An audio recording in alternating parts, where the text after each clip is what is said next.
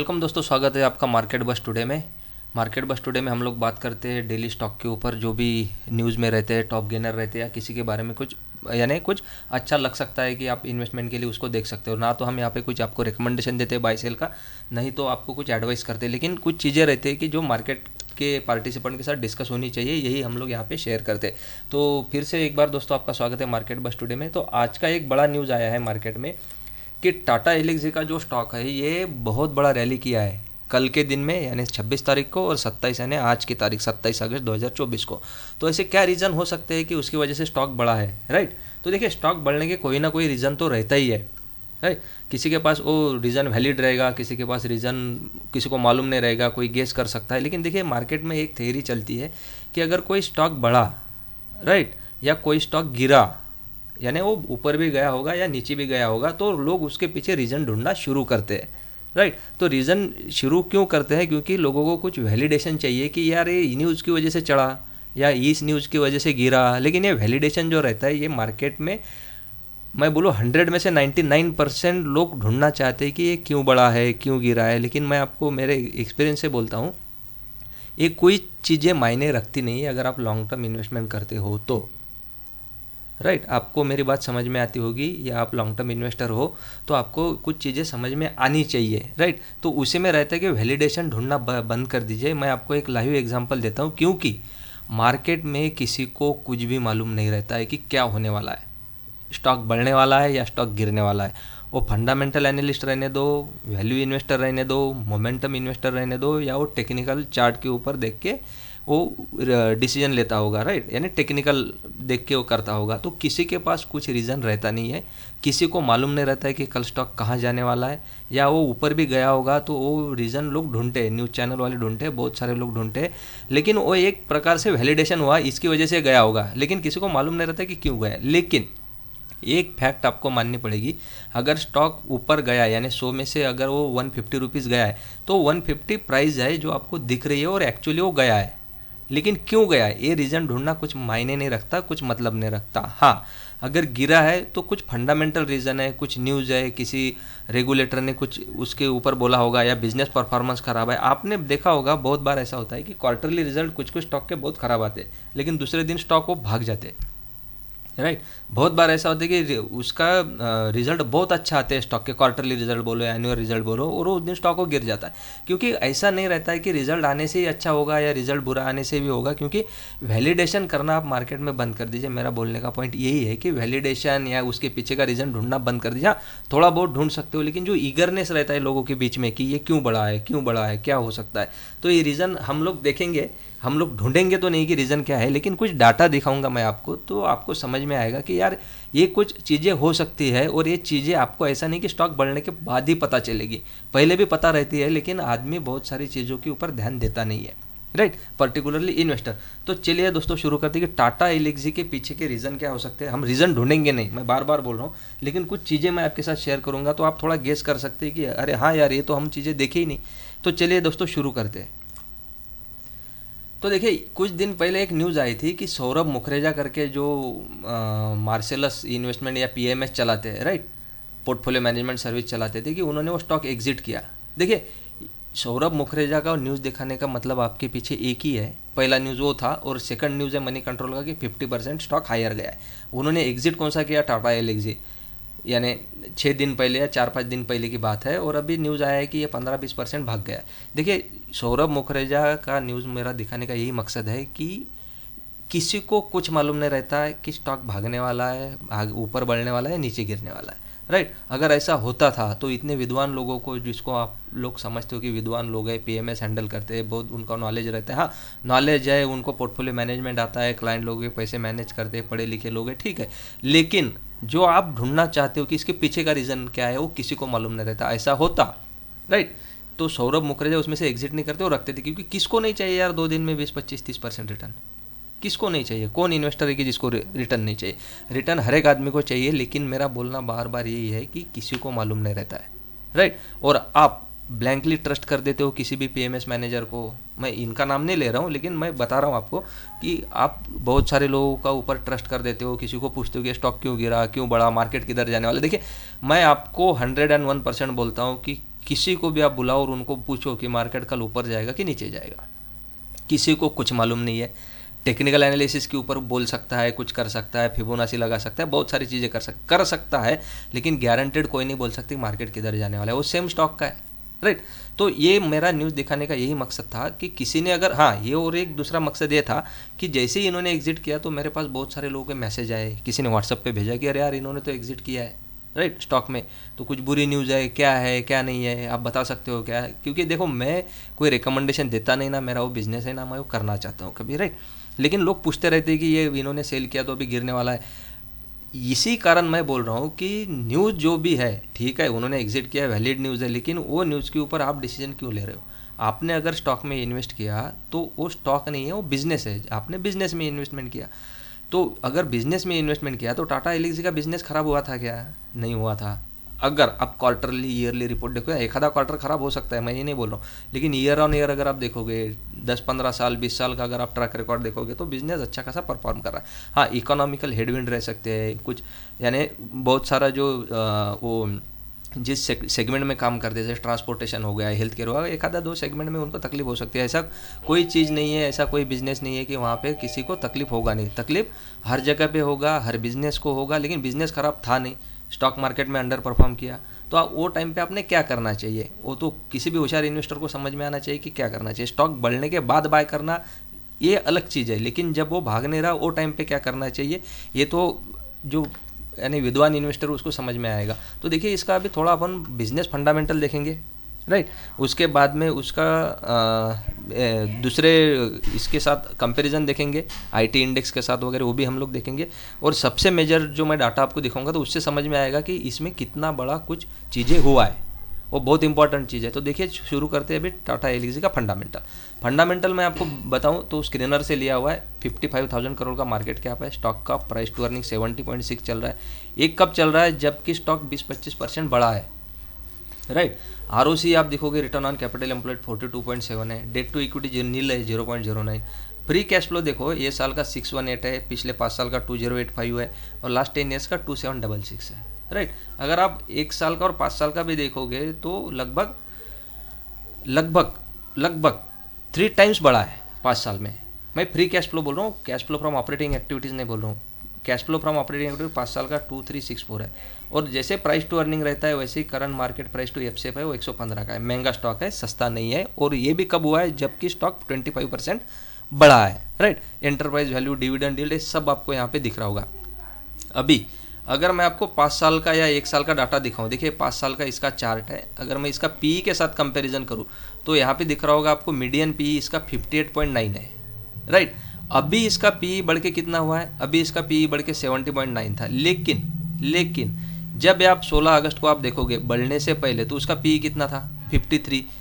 Average 5 साल की PE को ये डिस्काउंट कर रहा था, देखिए 53.8 जो कि अभी 58 था, और जब भी इसने इसको अंडर परफॉर्म किया, देखिए यहाँ पे 2023 में दिख रहा है कि 52 था, और वहाँ पे एवरेज पी कितना था, एवरेज पी था उसका 58.9। तभी भी जब कभी भी कोई स्टॉक 5 ईयर के पी एवरेज को अंडर परफॉर्म करता है तो थोड़ा बहुत तो ऊपर आता है, रिट्रेस होगा, ऊपर जाएगा, ये ठीक है। जो आपको ये ब्लू कॉलम दिख रहा है इसका अर्निंग पर शेयर है, अर्निंग पर शेयर आप देखोगे तो ये बढ़ा हुआ है, यहाँ पे कांस्टेंट हुआ है, राइट। तो ठीक है, कांस्टेंट रह सकता है, नीचे आ सकता है, ऊपर जाएगा, वो मार्केट में चलता रहेगा। तो आपको एक समझ में आया होगा कि ये प्राइस टू अर्निंग एवरेज उसी के 5 साल के अर्निंग से डिस्काउंटेड पे अवेलेबल था, राइट।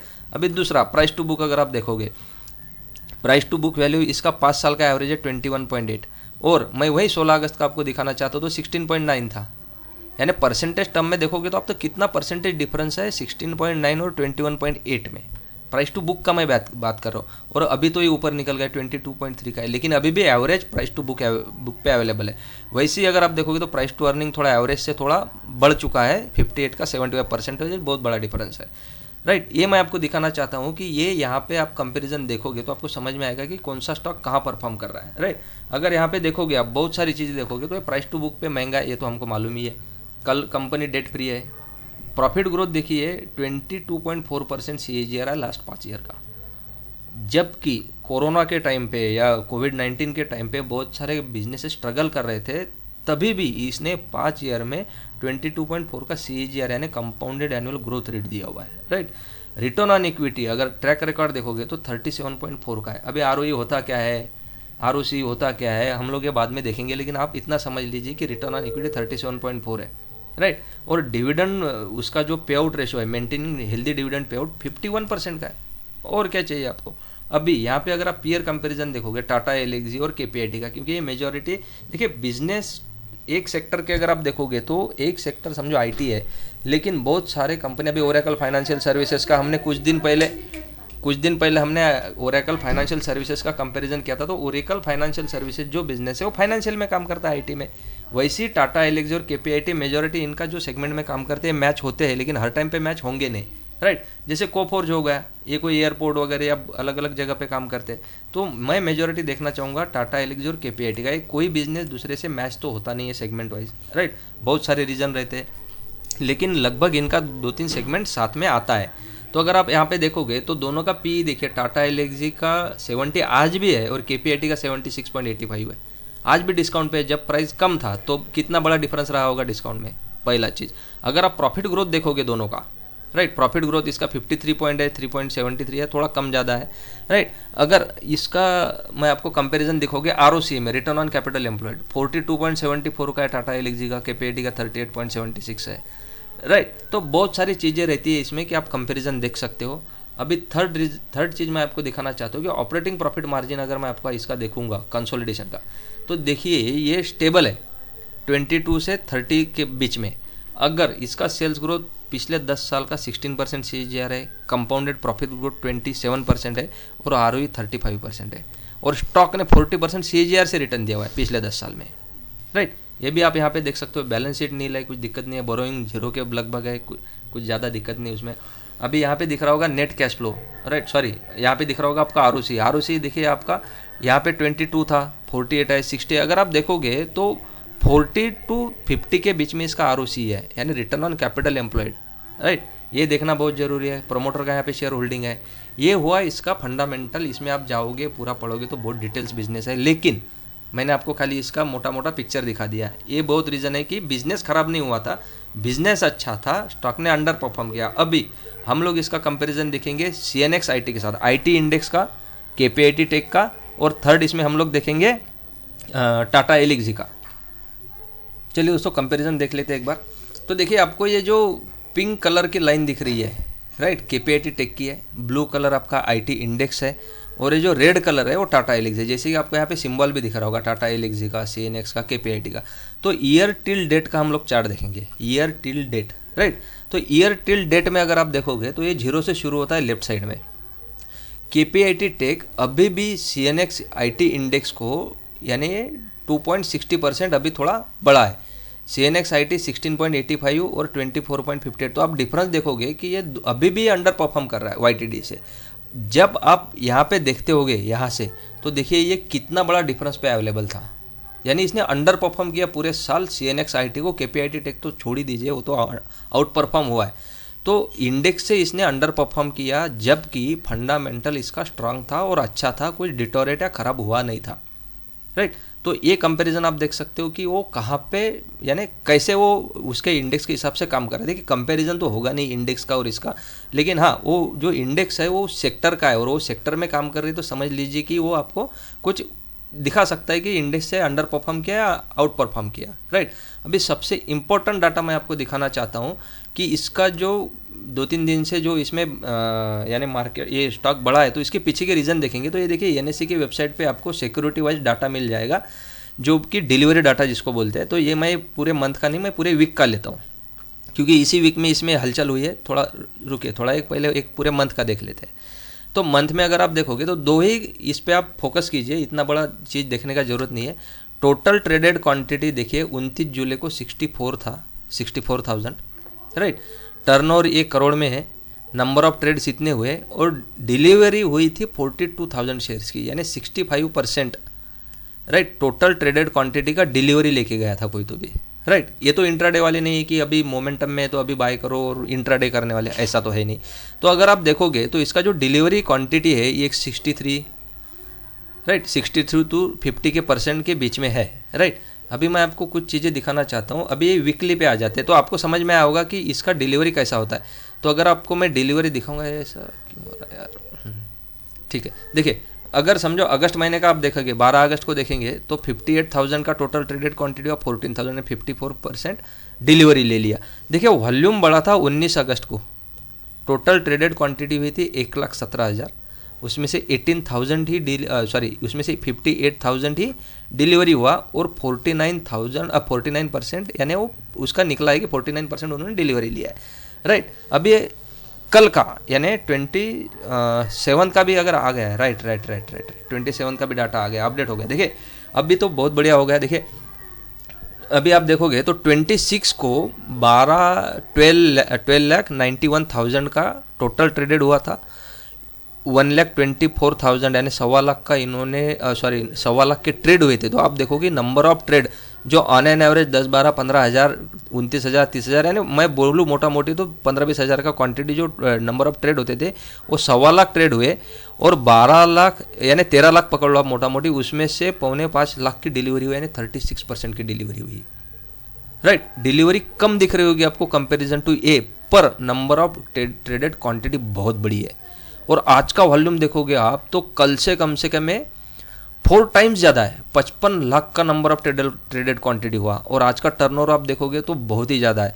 और इसमें भी नंबर ऑफ ट्रेड कितने ज़्यादा हुए, 5,00,000 के करीब ट्रेड हुए और डिलीवरी क्वांटिटी देखिए आप 7,50,000 का ट्रेडेड क्वांटिटी हुआ। ये अभी कम होगा क्यों होगा कम, क्योंकि डिलीवरी लेने वाले जो लोग हैं सीरियस लोग रहते हैं, वो इंट्राडे तो मेजोरिटी करते नहीं 2-1% के लिए या 2-4 पॉइंट के लिए, 10 पॉइंट के लिए, राइट। लेकिन आप इसमें एक देखने लायक चीज़ है कि अगर मेरा दिखाने का यही मकसद है कि अगर ये कोई ट्रेड इतना बड़ा क्वांटिटी में कर रहा है, राइट, और उसमें से भी इतनी बड़ी वो क्वांटिटी डिलीवरी ले रहा है, यानी ये 4.25 और 7,00,000, 7, 4, 11 और 12 यानी 12,00,000 का 2 दिन में अगर कोई माल लेके घर जा रहा है तो कोई ना कोई तो सीरियस प्लेयर है यार। ये आपको चीज़ देखनी पड़ेगी। बिना सीरियस प्लेयर का इतना बड़ा रुपए का माल कोई लेके नहीं जा सकता। कोई तो भी बड़ा प्लेयर इसमें एंटर हुआ है, कौन हुआ है क्या हुआ है उसको मारिए गोली, क्योंकि वो देखने से अपना पैसा तो बनने वाला है ही नहीं। लेकिन एक्चुअल अगर आप डिलीवरी देखोगे तो बहुत बड़ी हुई है। आप देख सकते हो कि 50,000 60,000 का डिलीवरी लेने वाले लोग 2 दिन में 12,00,000 का डिलीवरी लेके जा रहे हैं।